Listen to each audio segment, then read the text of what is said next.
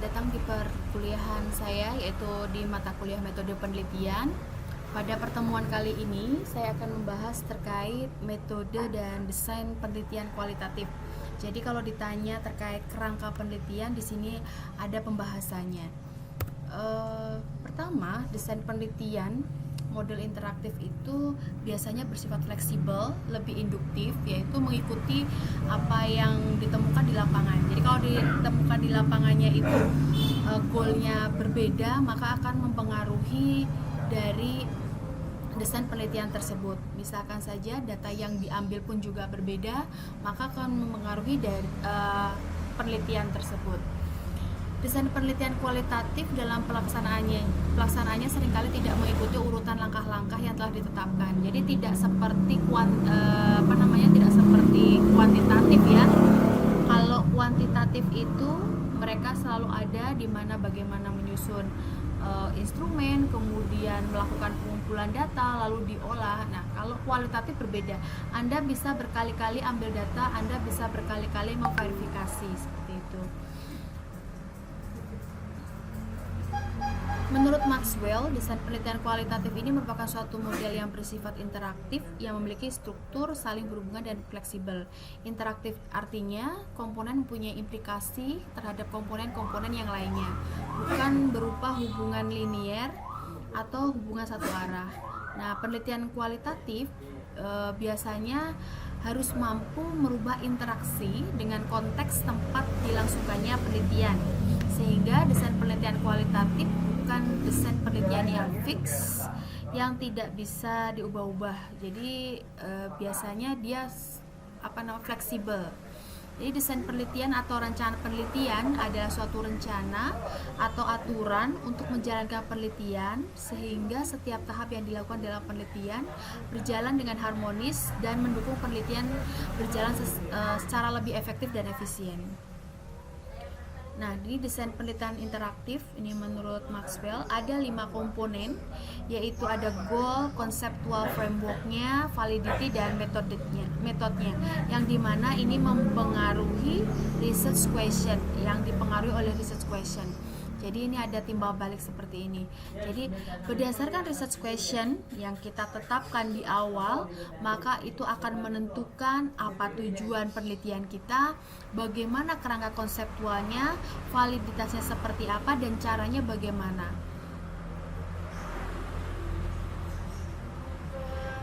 Tujuan, mengapa penelitian harus layak ya? Mengapa penelitian itu layak menurut orang lain, atau mengapa penelitian Anda layak dilakukan?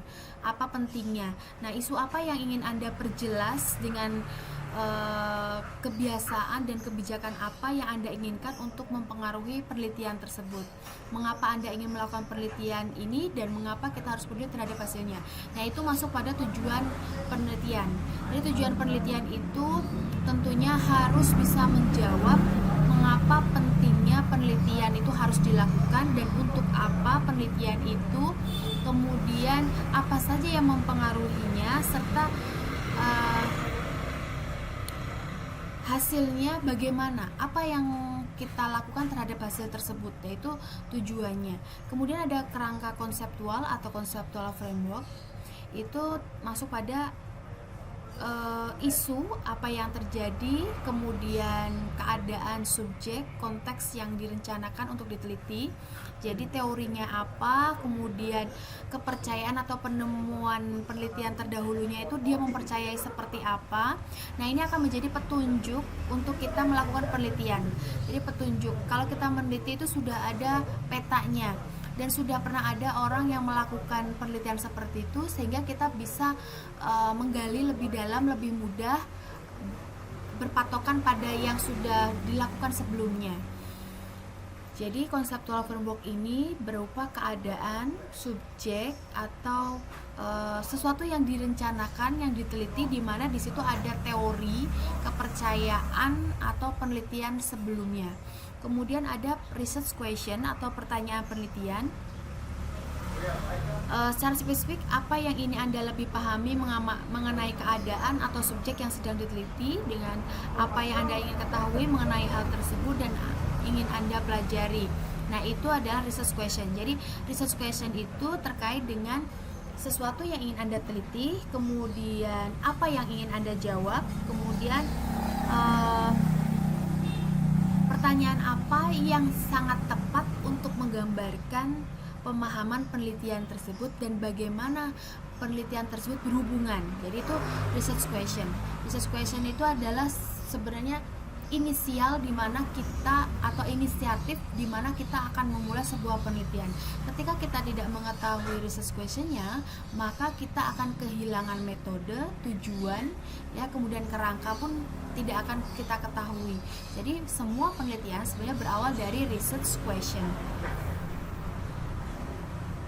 Kemudian yang selanjutnya adalah metode. Jadi metode itu adalah sebuah pendekatan yang kita gunakan untuk menyelesaikan suatu masalah.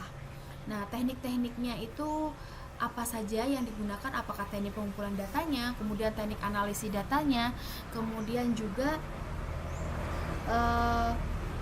ini dapat diidentifikasi dalam metode itu ada 4 bagian komponen.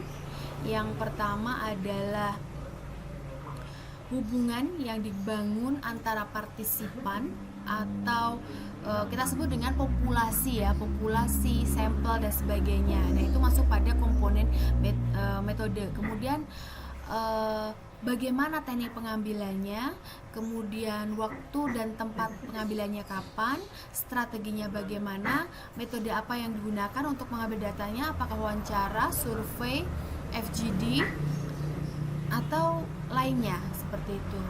Kemudian validitas. Kalau validitas itu terkait dengan kesimpulan, ya, kesimpulan yang Anda dapat itu atau hasil penelitian tersebut valid tidak.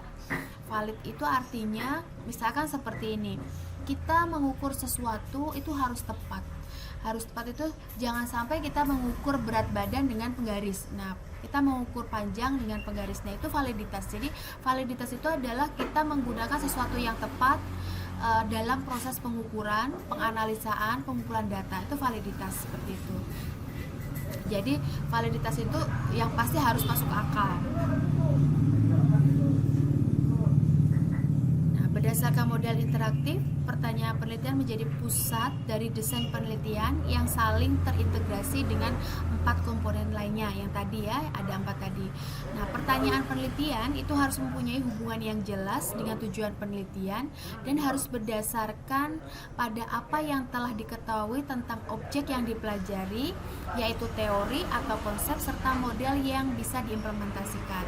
Nah, model yang dipilih harus mampu menjawab pertanyaan penelitian dengan tingkat validitas yang dapat diterima. Pada saat membuat pertanyaan penelitian, peneliti harus mempertimbangkan metode apa yang akan bisa dipakai agar pertanyaan terjawab. Nah, hubungan antara kelima komponen tersebut tidak kaku, melainkan lebih fleksibel, disesuaikan dengan kondisi lapangan penelitian. Nah, segitiga goal, research question, dan conceptual framework lebih bersifat konseptual dari penelitian dan dikerjakan di awal. Sedangkan segitiga research question, method, validity lebih bersifat operasional dari penelitian dan dikerjakan mengikuti segitiga yang di bagian atas model. Nah, ini faktor kontekstual yang mempengaruhi desain penelitian. Ada faktor-faktor yang mempengaruhi desain penelitian seperti ketersediaan sumber daya, keterampilan penelitian, standar etika, dan lain-lain. Nah, ini tujuan penelitian itu dipengaruhi oleh masalah yang dipersepsikan oleh si peneliti.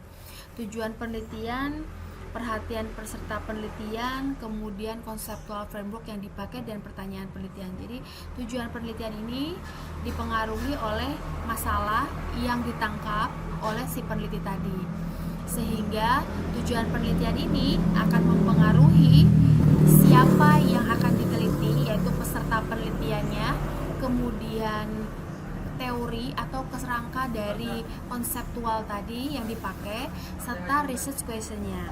Kemudian pertanyaan penelitian yang dibuat di dalam penelitian dipengaruhi oleh conceptual framework, tujuan penelitian, metode penelitian yang dipakai, validitas, standar etika, tujuan pembiayaan dan perhatian peserta.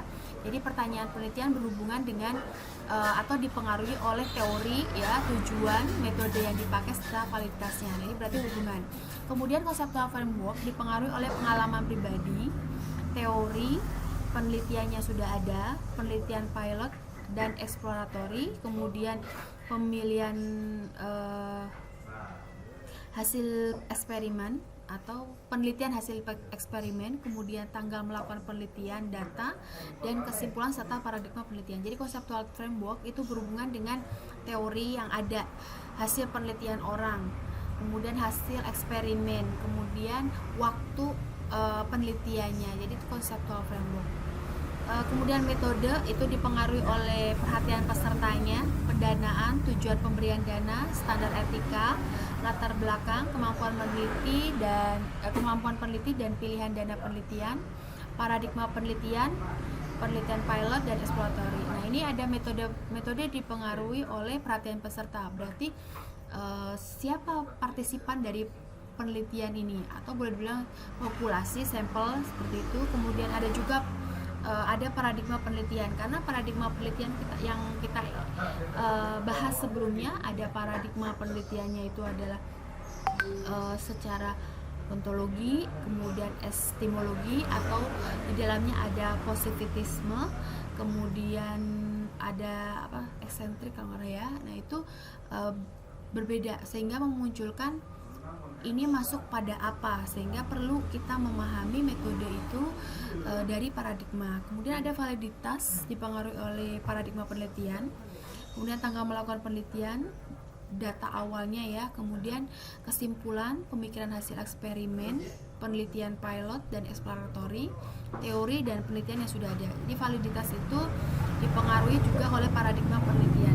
Jadi kalau kita lihat di sini yang berhubungan dengan paradigma penelitian adalah metode dan validitas. Kemudian juga terkait tanggalnya itu adalah kerangka konseptual dan validitasnya. Ini berhubungan. Kenapa tanggal ini mempengaruhi konseptual dan validitas? Karena teori itu berkembang. Kemudian validitas itu terkait dengan pengukuran yang tepat seperti itu. Kemudian ini ada faktor kontekstual yang mempengaruhi desain penelitian, ada personal goal, ini dari goal yang menuju goal itu ada penerimaan masalahnya bagaimana, kemudian tujuan personalnya seperti apa, pertimbangan dari pesertanya bagaimana, finding yaitu temuan dan tujuan penemunya bagaimana, kemudian standar etikanya apa. Itu untuk ethical, untuk goal. Sedangkan untuk metode itu ada research setting, jadi aturan penelitiannya bagaimana pengaturannya, kemudian keahlian peneliti dan gaya yang dilakukan oleh si peneliti serta paradigma. Nah, kemudian paradigma ini juga mempengaruhi research question, conceptual framework, validity, goal dan method. Nah, conceptual framework dipengaruhi oleh personal experience yang berarti adalah pengalaman pribadi, kemudian teori yang ada, kemudian ada juga exploratory yaitu penjelajahan dari suatu penelitian, kemudian eksperimen serta kesimpulan dari sebuah data. Nah, inilah yang disebut dengan desain penelitian atau kerangka penelitian ya di sini. Jadi kalau kalian membuat sebuah kerangka penelitian itu banyak salah ketika proposal penelitian yang pada skripsi tahun ini, ya ini bisa memakai ini. Jadi dalam suatu desain penelitian atau kerangka penelitian itu harus ada tujuan, conceptual framework, research question, metode dan validitas. Nah, ini contohnya. Jadi nanti untuk yang ketika nanti Anda membuat sebuah proposal, pada bagian bab 2 di terakhir itu ada yang namanya kerangka berpikir atau desain penelitian. Itu dibuatnya seperti ini. Jadi ada tujuannya, kemudian konseptual framework yang mempengaruhi tujuan serta pertanyaan penelitian dan validitas, kemudian ada pertanyaan penelitian, dan ini juga dipengaruhi oleh tujuan serta metodenya dan validitas, seperti itu. Nah, ini contohnya. Tujuannya adalah, ini salah satu contoh dari papernya Bu Indri ya. Tujuannya adalah mengetahui indeks kesiapan Smart Education di Bandung, memberikan masukan mengenai peluang yang masih terbuka dalam pengembangan Smart Education. Nah, tujuan ini kita akan cari ini sebenarnya konseptual frameworknya apa, atau kerangka konseptualnya apa yang berhubungan dengan ini. Nah, ini ada teori dan literatur mengenai Smart City dan Smart Education. Ya, karena kenapa Smart City? Karena bagian dari Smart City adalah Smart Education. Kemudian latar belakang Smart Education di Bandung, literatur mengenai kesiapan Smart Education, dan data best practice yang mengimplementasikan Smart Education. Nah, di sini juga bisa dilihat research question-nya ya. Bagaimana data sekunder dari best practice terkait variabel dan indikator indeks untuk mengukur tingkat kesiapan Smart Education. Dia melihat dari data sekunder. Bagaimana data sekunder dari Kota Bandung terkait variabel dan indikator indeks untuk mengukur tingkat kesiapan Smart Education. Jadi dia ingin melihat nih data sekundernya. Kemudian bagaimana penilaian para narasumber terkait Smart Education berdasarkan data sekunder Kota Bandung dan best practice sesuai dengan apa yang diketahui dan dialami. Berdasarkan indeks tersebut, bagaimana tingkat kesiapan Kota Bandung terkait penerapan Smart Education? Apa yang dapat dilakukan oleh stakeholder dan bisnis player Kota Bandung agar dapat merealisasikan Kota Bandung sebagai Smart City ditinjau dari variabel Smart Education. Nah, metodenya ini menggunakan 3, ada literatur review, karena dia pengen tahu ya, tadi ada data sekunder ya, kemudian ada interview, kemudian ada FGD, focus group discussion. Nah, validitasnya ini dilakukan triangulasi sumber dan triangulasi oleh peneliti, seperti itu. Nah, ini bentuk matrik yang dapat dipakai untuk mengembangkan dan menyajikan desain penelitian. Matrik dapat memberikan gambaran urutan linier dari komponen-komponen desain penelitian. Matrik memungkinkan peneliti mengembangkan dan menunjukkan hubungan antara bagian-bagian yang spesifik dari setiap komponen, seperti pertanyaan penelitian dihubungkan dengan tujuan yang spesifik, teori, metode, dan validitas. Karena dengan metrik, peneliti dapat membuat sebuah baris dan kolom yang dapat dikonsentrasikan pembahasan pada sel tertentu dari desain yang dibuat. Ini contohnya, contoh penyajian dan desain penelitian berbentuk matrik. What do I need to know? Nah, ini apa yang perlu kita ketahui? What do I need to know this? Mengapa hal ini perlu diketahui, dan what kind of data will answer the question? Data apa yang dapat menjawab pertanyaan tersebut? Kemudian analisis metode, bagaimana metode untuk menganalisisnya? Potential conclusion, itu potensial kesimpulannya. Alternative explanation, berarti penjelasan alternatifnya, serta method to investigate alternative explanation, itu metode untuk mencari penjelasan alternatifnya bagaimana. Nah, ini cara mengembangkan desain penelitian yang berbentuk matrik. Nah, ini ada contohnya di sini, nanti bisa dibaca ya. Ini apa yang perlu diketahui? Dia ada bentuknya pertanyaan, mengapa? Nah, ini bentuknya tujuan. Bentuknya apa, what kind, data apa yang menjawab tersebut, ada literatur review dan sebagainya. Kemudian bagaimana analisisnya? Nah, ini ada. Kemudian potensial kesimpulannya seperti apa? Dia ada seperti ini. Nah, penjelasan alternatifnya, kemudian metode investigate alternative explanation-nya ada juga. Penggunaan peta desain dan matrik desain saling melengkapi dalam menggambarkan rencana penelitian yang akan dilaksanakan. Peta desain ini menyajikan gambar skematik dan struktur interaktif dari desain. Matrik menyajikan susunan linear dari bagian-bagian yang dilakukan dalam penelitian. Matrik juga memungkinkan peneliti mengembangkan dan menunjukkan hubungan antara subbagian dalam satu bagian, seperti bagaimana setiap pertanyaan penelitian berhubungan dengan tujuan, teori, metode, dan validitas. Penggunaan desain dan matrik ya membantu peneliti untuk mengkonstruksikan desain penelitian secara utuh. Salah satu alasan proposal baik untuk skripsi ya, tesis, disertasi maupun proposal untuk meminta dana hibah penelitian diterima, ditolak terletak kepada desain penelitiannya. Kalau desain penelitiannya jelas, menunjukkan hubungan antara pertanyaan, tujuan, metode yang akan dipakai, data yang akan diperoleh, validasi yang akan didapat, maka kemungkinan proposal diterima.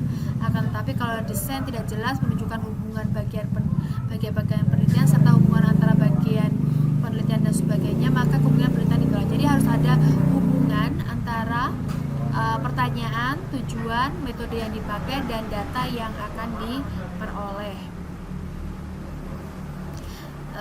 Demikian terkait desain penelitian ini. Jadi yang perlu Anda pahami yang paling penting ini, dalam sebuah desain penelitian itu atau kerangka penelitian, Anda harus punya ini. Jadi ketika ditanya tujuan, kemudian konseptual frameworknya apa, research questionnya apa, metodenya apa, dan validitasnya bagaimana, harus ada ini. Jadi bagaimana penelitian kita diakui benar, itu ada validitas. Kemudian kita pakai teori apa untuk menganalisisnya, visuanalisisnya itu pakai apa, itu ada conceptual framework. Kemudian tujuan penelitian kita apa, ada di goal, dan apa yang ingin kita selesaikan itu ada di research question, dan cara menyelesaikannya ada di method. Itu saja yang harus diperhatikan. Jadi nanti ketika Anda membuat sebuah proposal penelitian, Anda tidak kesulitan lagi, cukup melihat pada bagian ini yang penting, seperti itu. Itu saja dari pertemuan ini, semoga pertemuan ini dapat memberikan manfaat. Jika ada pertanyaan atau komen, Anda bisa meninggalkan pada grup ya, bisa di grup atau melalui WA atau melalui komen di bawah video ini. Itu saja dari saya tutup pertemuan ini. Wassalamualaikum warahmatullahi wabarakatuh.